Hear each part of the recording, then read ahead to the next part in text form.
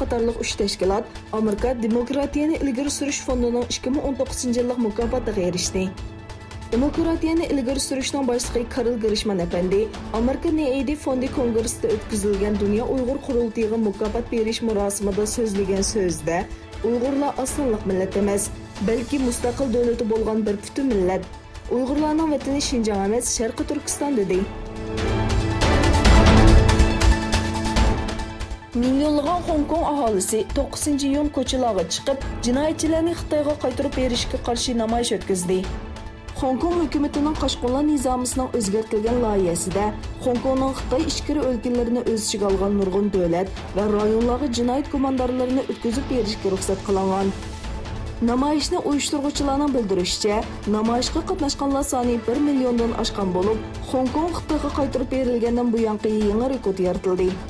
Namoyish kuni dunyo miqyosida New York, San Francisco, Vancouver, Toronto va Sydney qatorliq 29 shaharda Hong Kongdagi namoyishni qo'llash faoliyatlari o'tkazildi. Bu namoyishni uyushtirgan fuqarolar huquqiy oldingi safiy namoyishga qatnashganlar sonining 1 milliondan oshganligini bildirdi. Lekin Hong Kong soqchilari namoyishchilar sonining 240 ming ekanligini e'lon qildi. New York vaqt gazetasi Amerika va Meksika doiralarining uzun suhbatdan keyin juma kuni imzolaganligini e'lon qilgan chegara bexatarligi kelishimining mart oyida imzolanganligini ilgari surdi. Amerika prezidenti Donald Trump Twitter hisobida e'lon qilgan bayonotida New York vaqt gazetasining xabariga inkos qaytarib mundaq dedi.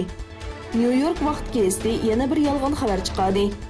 Biz chegara bexatarligi bilan munosabatli qadamlarning itilishi uchun uzundan buyon tirishchilik ko'rsatdik. Lekin bu kelishimlarning imzolag'icha Meksikadan aniq bir narsaga erisholmagan edik dedi. Qozog'istonda 9-iyun o'tkazilgan prezident saylovining bilet sanash xizmati boshlandi. Ishki organning al-Rai tekshirish natijasiga asoslanganda, Qozog'istonning navbatdagi muvaqqat prezidenti To'qayev 70.13% ovozga erishib, saylovda g'alaba qildi.